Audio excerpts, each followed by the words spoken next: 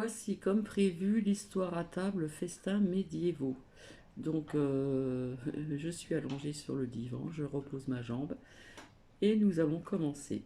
C'est très intéressant.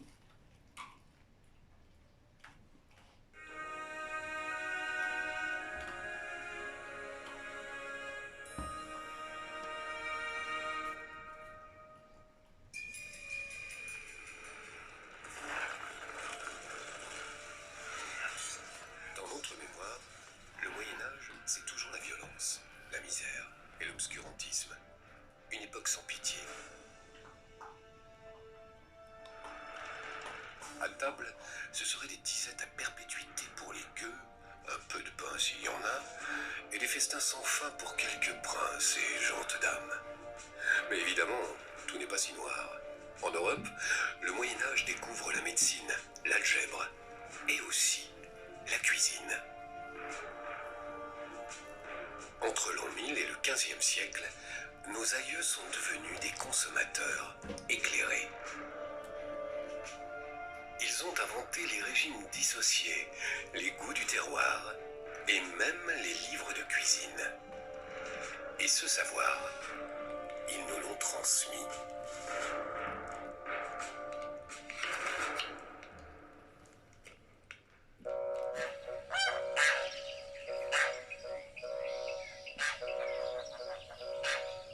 En l'an 1427, celui qui veille au grain sur ses belles oies blanches, c'est l'écuyer Martin. Car à cette époque, le cuisinier se fait appeler écuyer.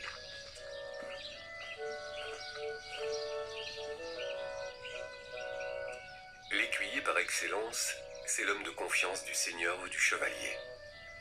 C'est une fonction très estimée, car après de bons et loyaux services, c'est le seul titre qui permet d'être anobli.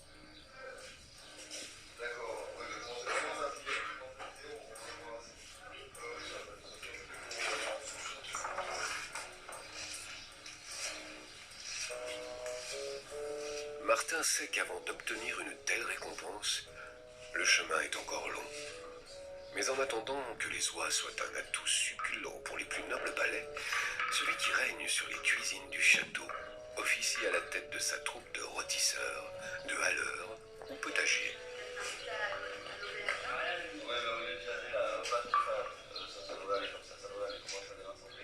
L'écuyer Martin se préoccupe non seulement de la santé et de l'appétit de son seigneur et de ses hôtes, mais il doit être aussi fin d'esprit et savoir que de la qualité des mets dépend souvent bonne politique et belles alliances.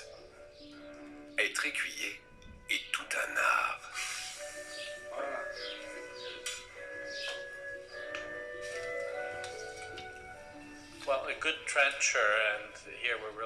Un bon cuisinier, ce que l'on appelait en Italie un cuoco et en France un écuyer, était un personnage très important dans l'élaboration des banquets, parce qu'il supervisait toutes les opérations de cuisine. Il fallait qu'il respecte les traditions et une série de codes symboliques. Par exemple, avec le service de la viande, la partie droite d'une viande était plus appréciée que la partie gauche, et le devant plus que le derrière. Ainsi, en servant, on respectait le rang et la valeur de ses hôtes à table.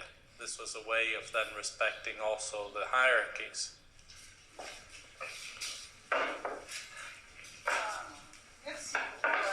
Je vais pouvoir préparer notre poisson. Être un bon cuisinier, ce n'est pas seulement être un excellent organisateur, un gardien des traditions. C'est savoir aussi improviser en fonction des arrivages du jour. Ce matin, la pêche a été fameuse. Voilà le deuxième. Et avant que vous mettez. Ces filets seront parfaits pour devenir un pasté de saumon. Bonjour, je suis Constance Arnoux du Média Culturel. Un plat de luxe réservé depuis des siècles à une poignée de privilégiés. Car c'est du poisson pêché en eau douce. Bon, de pâtes, du sel.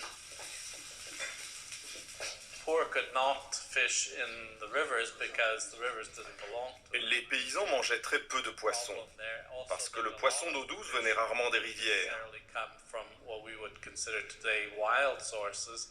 Ils venaient plutôt des lacs et des étangs qui appartenaient aux seigneurs, et les paysans ne pouvaient pas pêcher librement. Ces interdictions rendaient les prix du poisson sur les marchés très élevés, et cette nourriture était ainsi réservée aux nobles.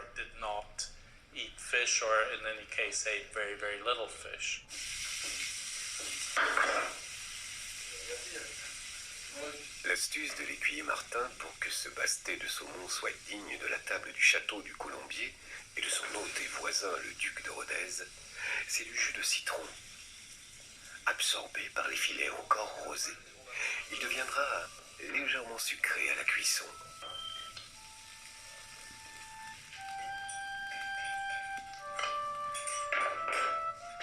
Les haleurs doivent avoir un sacré coup de main pour tenir des poêles aussi longues que lourdes et ne pas craindre la fournaise des braises.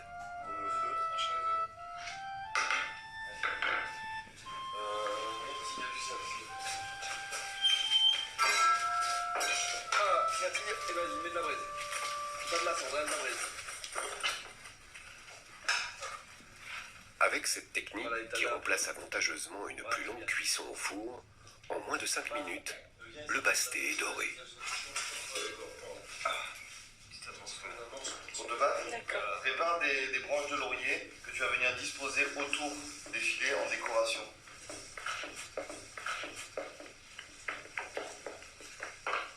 Sur les tables médiévales, les mets n'étaient pas toujours aussi raffinés. L'immense majorité de la population devait se contenter de peu.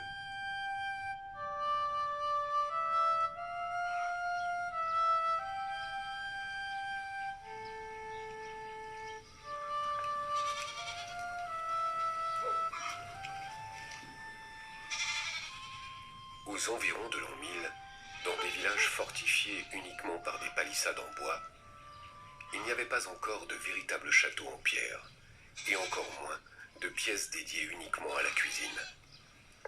Alors, pour ne pas être enfumé, on prépare les plats à ciel ouvert dans une simple houle, un pot de terre idéal pour tout cuire et réchauffer des repas rudimentaires. Pour l'an 1000, on est dans l'imaginaire concernant l'alimentation des paysans, qui sont quand même 90% de la population. Ce qui est sûr, c'est que c'est une alimentation à base de céréales, ce qui crée de la fragilité, parce que en cas effectivement de mauvaise récolte, d'un coup, on n'a pas de complément alimentaire et on se retrouve dans une situation très difficile. Et à l'époque, il y a des famines, donc encore au Xe et XIe siècle.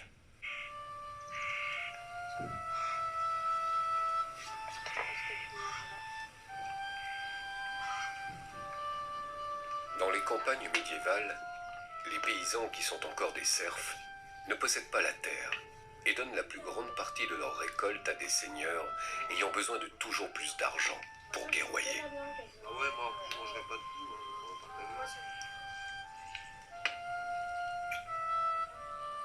Alors, pour améliorer l'ordinaire, la seule solution, c'était de braconner à ses risques et périls dans les forêts des seigneurs. Et quelquefois, le petit bout de viande que l'on rajoutait dans la houle pouvait coûter très cher, et le braconnier finissait sur le gibet.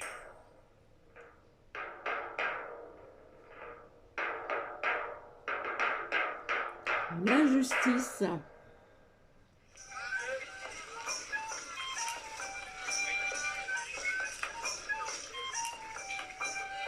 De l'an 1000 au XIVe siècle, trouver pitance est donc une préoccupation quotidienne pour les paysans, les gueux ou les saltimbanques. Le poète François Villon, cherchant quelque chose à se mettre sous la dent un soir de 1460 dans la bonne ville d'Orléans, témoigne en vers. Viande embrochée, brouets et gros brochets, mais aux pauvres qui n'ont de quoi, comme moi, Dieu patience pour la pitance. Heureusement qu'il existe depuis le IXe siècle, dans le capitulaire édité par Charlemagne, une loi ordonnant le devoir d'accorder au moins l'abri, le feu et l'eau à tout voyageur. Partout dans les auberges, comme ici dans celle du parc historique de l'Archéon, aux Pays-Bas, où le temps semble s'être arrêté au XIVe siècle, les poètes ou les musiciens trouvent de quoi boire et manger.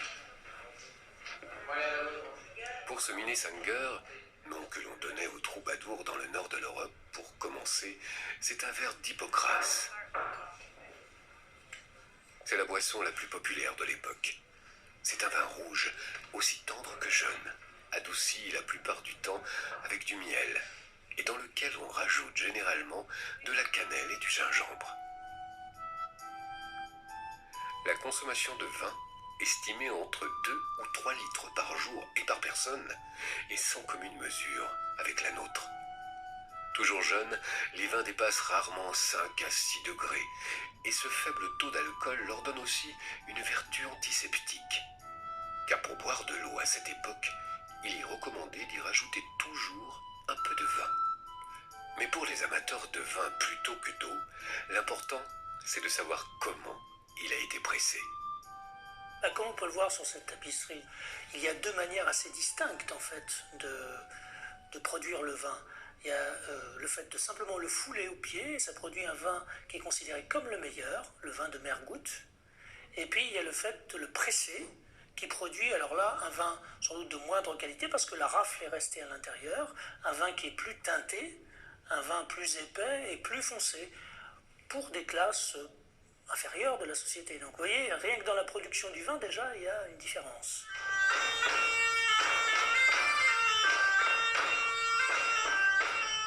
Avec ou sans Mergoutte, Villon, lui, aurait attendri l'aubergiste en lui contant la balade du temps jadis.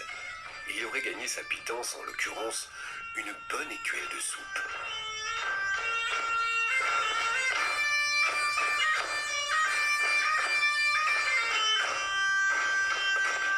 Pour faire une bonne soupe, il faut tout d'abord du pain.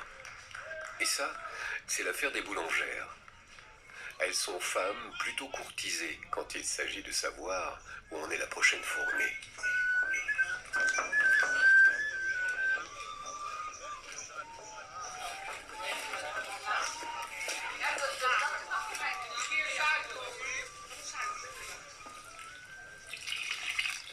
En bonne commère, en mettant la main à la pâte. Elles inventent aussi des dictons dont nous nous servons toujours aujourd'hui. Gagner son pain, long comme un jour sans pain, ôter le pain de la bouche. L'élément primordial de la nourriture médiévale est fabriqué essentiellement à base de froment, de seigle ou de son, et s'éteint et évolue en fonction de l'échelle sociale.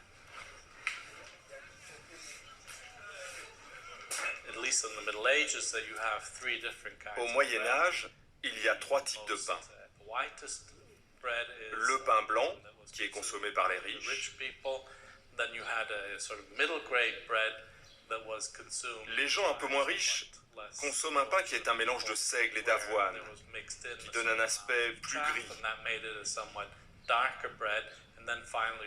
Enfin, il y a le pain très très foncé qui était fabriqué pour nourrir les servants, mais aussi les chiens.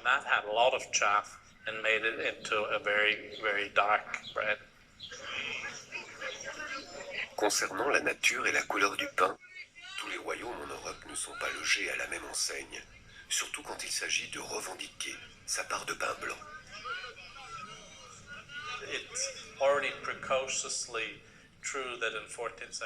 En Italie, au XIVe siècle, de grandes manifestations se sont déroulées pendant plusieurs mois pour réclamer davantage de pain blanc pour tout le monde.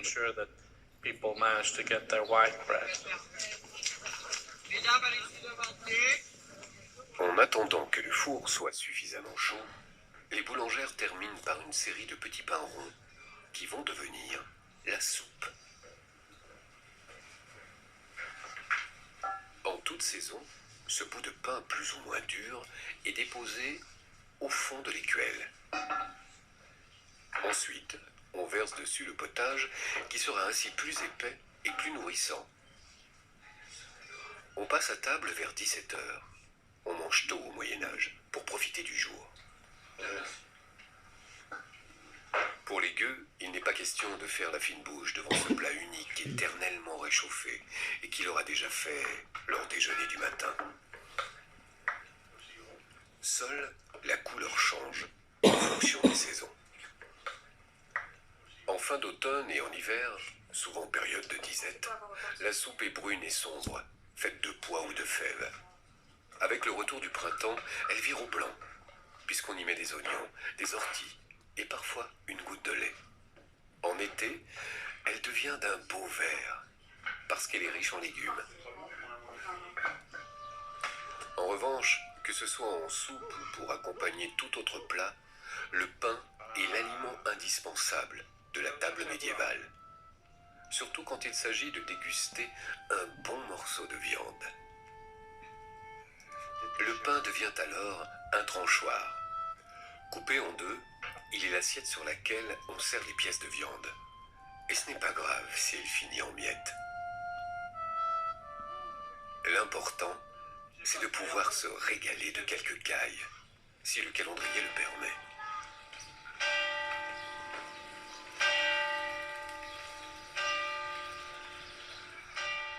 Parce que l'on soit chez les riches ou chez les pauvres, les périodes de jours maigres imposées par la toute-puissante Église catholique sont très strictement observées. Les jours de maigre où l'on ne peut pas manger de viande représentent environ un tiers des jours de l'année. On arrive à un nombre de jours vraiment énorme, de 140, 150, voire même 160 jours par an. Il n'y a en général pas de règle unique, parce qu'au Moyen-Âge, les églises suivent des règles locales. Mais grosso modo, on peut dire qu'au moins un tiers des jours de l'année sont des jours de carême ou d'abstinence.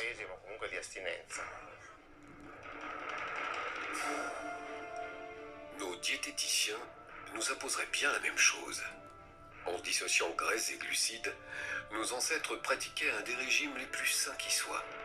En prime, pour gagner leur salut en gardant leur santé, ils marchaient. Tous les ans, et c'est énorme, pour le XIIIe ou le XIVe siècle, 500 000 pèlerins prenaient les routes de Saint-Jacques de Compostelle.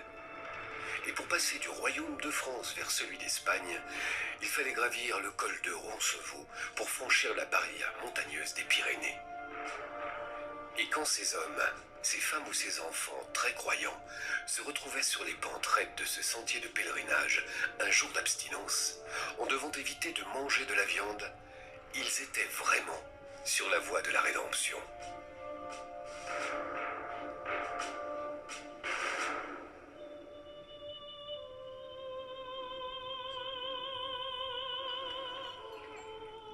Pour les jacquaires comme pour tous les chrétiens, ces règles érigées par l'Église étaient parfaitement admises. L'alternance entre jours gras, carnage, et les jours maigres, carême, était vécue comme une évidence. Je pense que l'esprit et la mentalité pendant le Moyen-Âge, en ce qui concerne les alternances alimentaires, sont très simples. Dans la mentalité médiévale, je dirais que cette alternance se traduit par des habitudes évidentes. Par exemple, pendant le carême, dans certaines villes médiévales, la corporation des bécailles, c'est-à-dire les bouchers, arrête de vendre de la viande et se met à vendre du poisson. Je dirais que la société médiévale n'a pas vécu cette bataille entre carême et carnage d'une façon particulièrement traumatisante.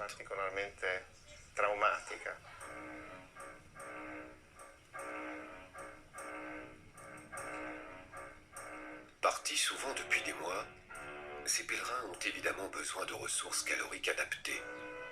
Du pain, du fromage et surtout des amandes. Pour les plus petits, ces fruits secs sont de véritables bonbons énergétiques.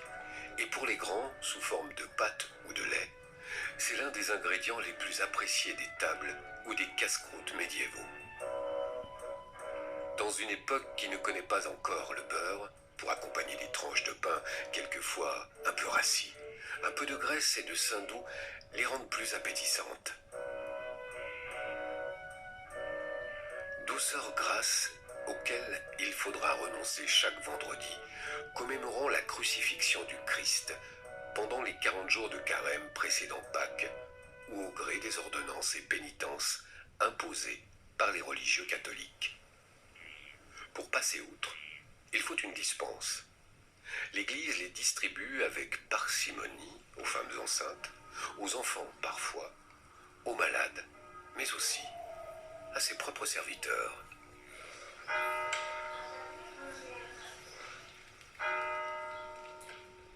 Il y a clairement un problème avec la conception des règles que devaient suivre les moines durant le carême. Certains d'entre eux essayaient d'échapper au régime maigre prévu en se faisant souvent passer pour malades. Et finalement, ils obtenaient des dispenses pour les autoriser à manger autre chose que ce qu'ils avaient le droit de manger. Ces moines qui réussissaient à se faire passer pour malades pouvaient manger des aliments riches, interdits habituellement, comme de la viande par exemple. Voilà pourquoi certains moines se faisaient passer pour malades. Seuls les moines qui étaient dans la hiérarchie avaient normalement accès à ce type de nourriture.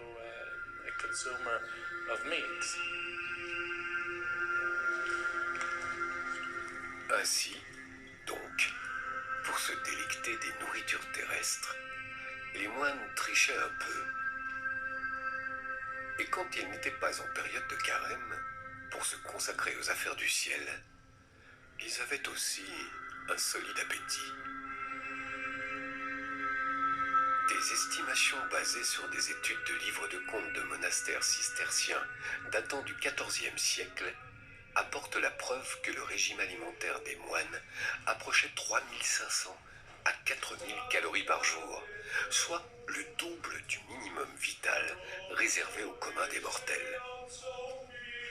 Il faut dire qu'au Moyen-Âge, les monastères et les couvents sont de véritables fermes, avec de fabuleux jardins où la production dépasse de loin les besoins.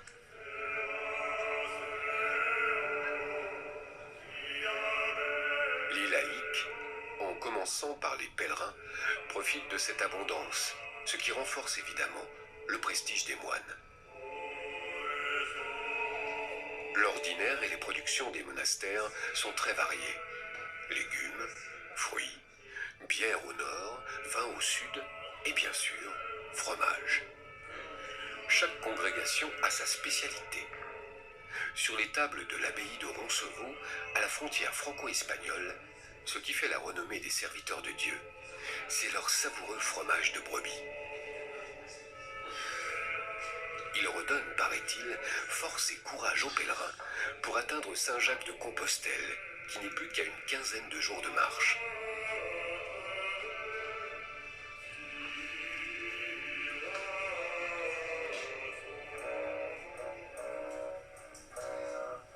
Contrairement aux idées reçues, nos aïeux avaient un souci permanent d'équilibre. Ripailler, festoyer, oui, mais jamais dans l'excès. On mourait jeune à l'époque, vers 40 ans en moyenne pour les hommes. Pour espérer aller jusque-là ou au-delà, hygiène de vie et diététique faisaient bien mieux que cierge à l'église.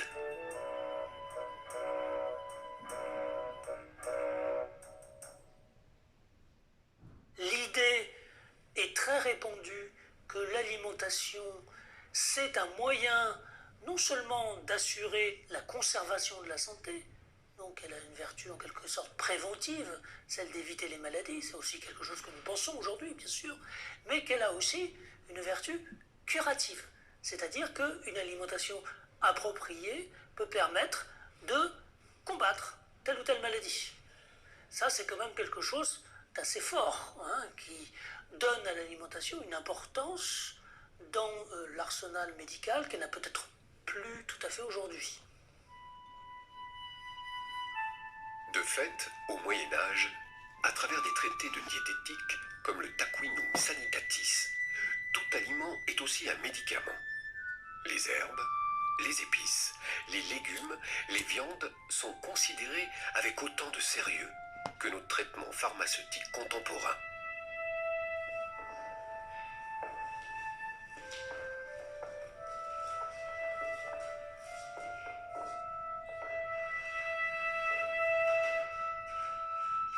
Selon une théorie héritée de la médecine grecque de l'Antiquité, reprise par les médecins arabes, toutes les maladies sont dues à des déséquilibres des humeurs dans le corps.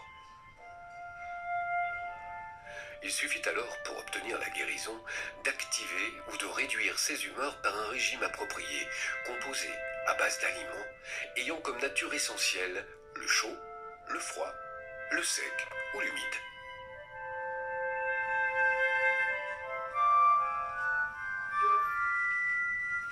Les fiévreux, ceux qui avaient des fièvres, dans ces siècles-là, dans les régions méditerranéennes, il y avait beaucoup de malaria. Bon, donc la fièvre était quelque chose d'assez courant, d'assez répandu. On prétendait la combattre avec, par exemple, un régime de salade, parce que les salades étaient très froides. Alors les salades, en règle générale, strictement impossibles. Hein, beaucoup trop froides, dangereux pour la santé, trop long à digérer. Mais si on est malade de fièvre, oui, là c'est possible. Ces préceptes médicaux mis au point par l'école de Salerne, puis développés par les facultés de médecine de Bologne, Montpellier ou Cambridge, se traduisent dans la culture populaire par des dictons à l'usage de tous, comme lait sur vin est venin, vin sur lait est souhait, ou bien encore veau mal cuit et poulet cru font les cimetières bossus.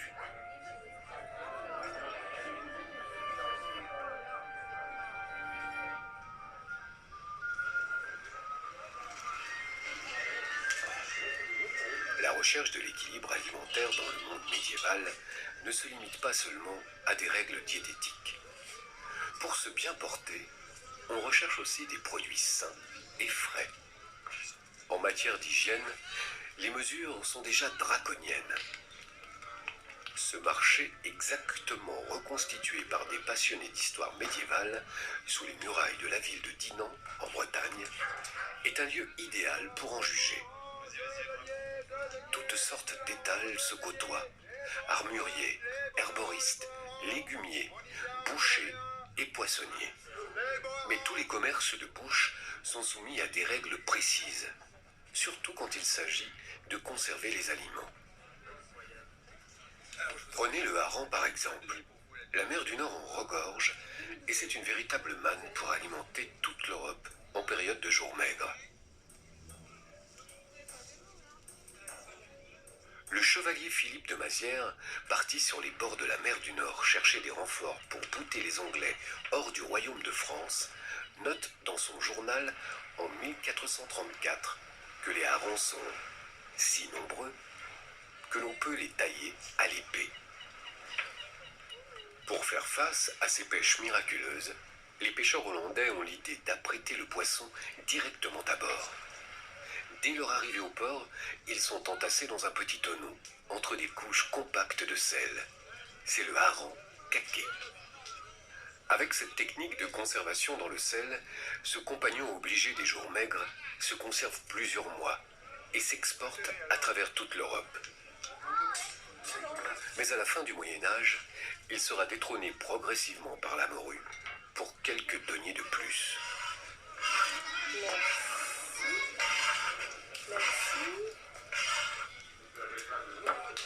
Côté boucherie, on découpe avant qu'il ne fasse trop chaud. Jamais de bovin, réservé au lait ou à la charrue. Mais du porc, du chevreau, de l'agneau, toujours irréprochable de fraîcheur. Contrairement aux idées reçues, on s'imagine souvent que les gens au Moyen-Âge mangeaient de la viande avariée et qu'on ajoutait des épices pour masquer ce goût de viande avariée. On vendait la viande très fraîche. Ça, c'est une certitude. On a retrouvé tous les règlements de boucherie dans toutes les villes occidentales ou méditerranéennes. Et ces règlements sont absolument formels sur les délais de vente de la viande. Allez, du matin. Allez, du matin, j'ai dû ici sur la fleur. Cette viande, à nos palais, semblerait proprement immangeable. Trop fraîche, pas assez racise. Et pour cause, la règle la plus fréquente, c'est d'abattre la bête sur le point de vente aux yeux de tous et de la vendre rapidement, c'est-à-dire au plus tard le lendemain. Une fois la viande réglée directement ou à crédit, par une petite marque sur la taille, une tige de bois qui est un peu l'ancêtre de nos cartes de crédit, on utilise différentes techniques pour la conserver. La dernière précaution, elle se passe en cuisine. C'est-à-dire qu'en fait, il s'agit, dès que la viande devient un petit peu gluante, poisseuse, parce qu'il y a une couche microbienne de surface qui s'est développée, à ce moment-là, on juge qu'on ne peut pas aller plus loin dans la conservation, qu'il faut la manger. et on la plonge dans de l'eau bouillante.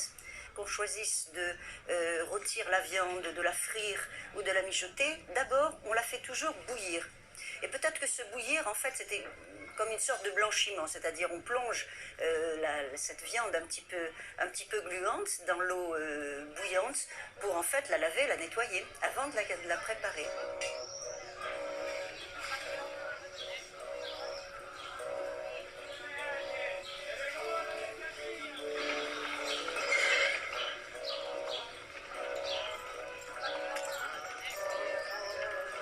Les principes de précaution entourant les commerces de bouche coïncident aussi avec la naissance du terme consommateur. Dès le milieu du XIIIe siècle, dans des villes de plus en plus peuplées, les citadins ne connaissent plus vraiment la provenance des produits qu'ils achètent. Ils deviennent purement et simplement des consommateurs, et des consommateurs particulièrement avides de pourceaux. Les porcelets embrochés et farcis sont une des pièces maîtresses des tables aristocratiques. Dans le cochon, tout est bon, dit-on déjà, mais pas n'importe quand. Le calendrier chrétien rythme l'élevage des pourceaux. L'Église autorise ainsi leur abattage exclusivement entre Toussaint et Mardi Gras. Car avec le froid, l'absence de mouches pendant cette période rend sa conservation plus sûre.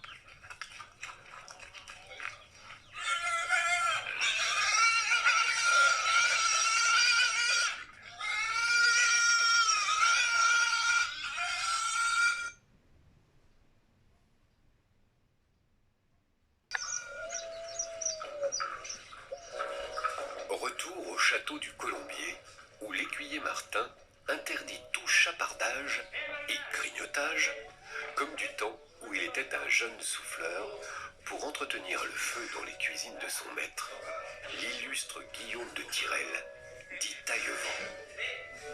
Il a appris qu'il ne faut pas ménager sa peine en cuisine, si l'on veut être digne du blason des 3 marmites du premier écuyer du roi Charles V. Martin n'a pas encore eu l'idée géniale de réunir dans un livre les meilleures recettes de son époque, comme l'avait fait Taillevent.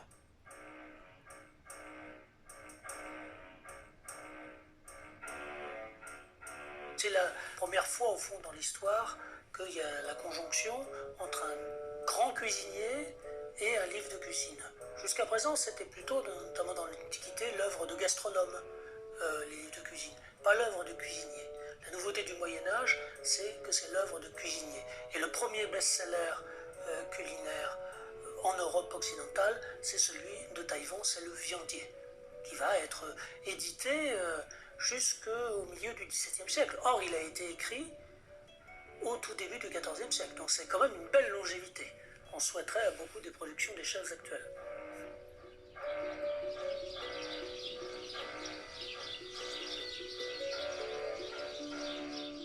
Pour officier en cuisine, dans l'esprit de son maître, l'écuyer Martin a ordonné à ses potagers de trouver la meilleure oseille pour en tirer le verjus, l'indispensable condiment acidulé présent dans la plupart des plats.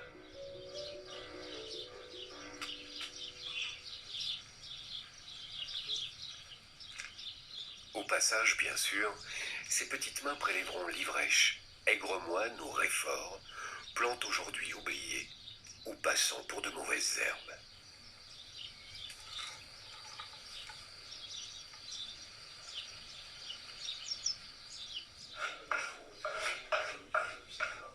Coupé, pilé, pressé, Martin affectionne particulièrement l'acide du verjus d'oseille, qui donnera une saveur finale à sa spécialité, le chaudin de porc. Très bien. Allez, allez.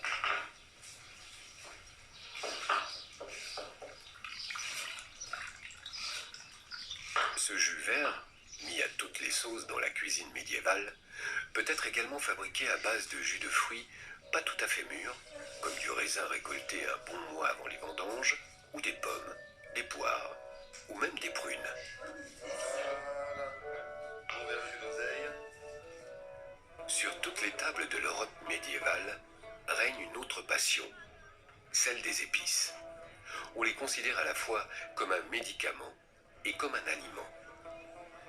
On en saupoudre les 3/4 des plats, et cette passion coïncide avec la puissante influence du monde arabe dans toute l'Europe médiévale.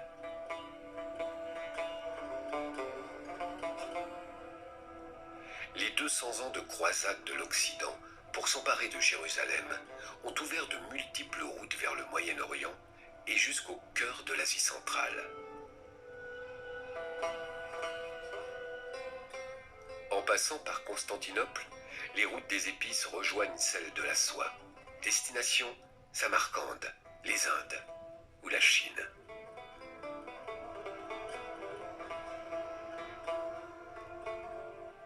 Pendant que preux chevaliers et guerriers de la vraie foi s'étripent en terre sainte, leurs commerçants s'affrontent paisiblement aux échecs. Dans la perspective de belles affaires, le marchand chrétien de Venise n'hésite jamais à entrer sous la yourte de l'infidèle turkmène pour découvrir et négocier ses trésors.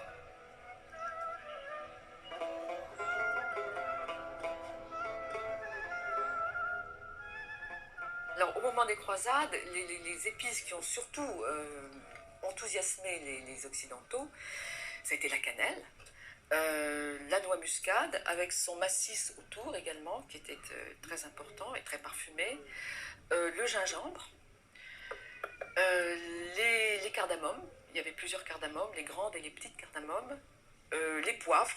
Là, c'est du poivre noir, mais il y avait également des poivres longs qui étaient comme ça, et des poivres ronds qui étaient des cubettes, qui étaient des petites grosses boules. Puis il y avait évidemment le clou de girofle, les galangas, qui sont des choses qui viennent plus de l'Orient. Cette alimentation, c'est à la fois le plaisir de l'odeur, le plaisir du goût et le plaisir de la vue. Et c'est extrêmement important.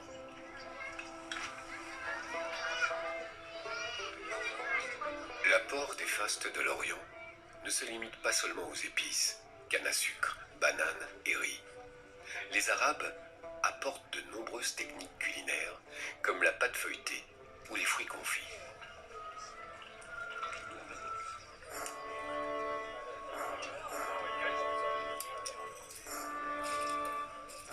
La passion pour les épices atteint son apogée au moment de la guerre de Cent Ans, qui oppose la couronne d'Angleterre à celle de France.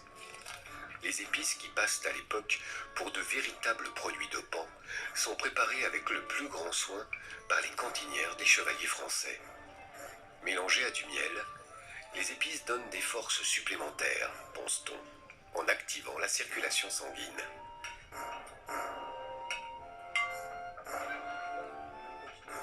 Comme au soir du 24 octobre 1415, à la veille de la bataille d'Azincourt, ces fervents admirateurs de la fine fleur de la chevalerie française n'ont pas oublié dans leur reconstitution cet important détail. Ayant revêtu les tenues des ducs de Bar et d'Alençon, comme eux, ils se servent à haute dose de poivre, symbole de richesse et promesse de puissance indispensable pour bouter l'anglais hors de France.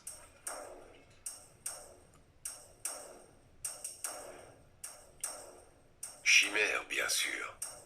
Ils connaissent très bien le scénario d'Azincourt. Ils vont tous tomber sous les flèches et les coups des Anglais, qui vont, comme eux, rejouer cette terrible bataille.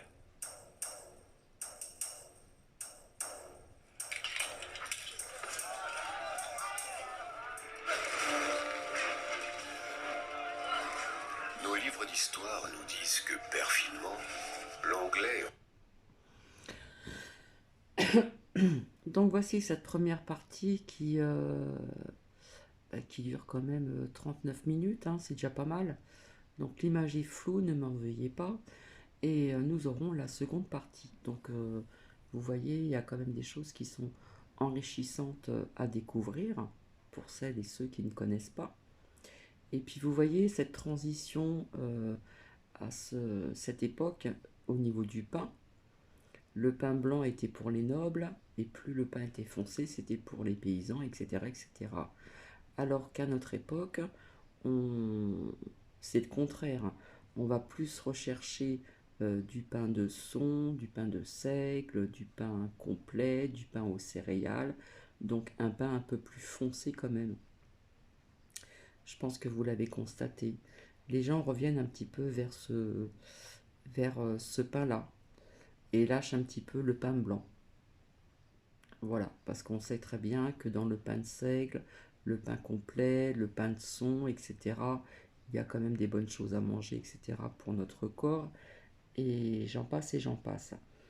Au niveau des épices, c'est vrai quelque part qu'il y a des épices que nous connaissons. Il y a des personnes qui aiment et qui n'aiment pas, comme le curry, le curcuma, etc. Et j'en passe, qui ont quand même des vertus antibiotiques ou autres.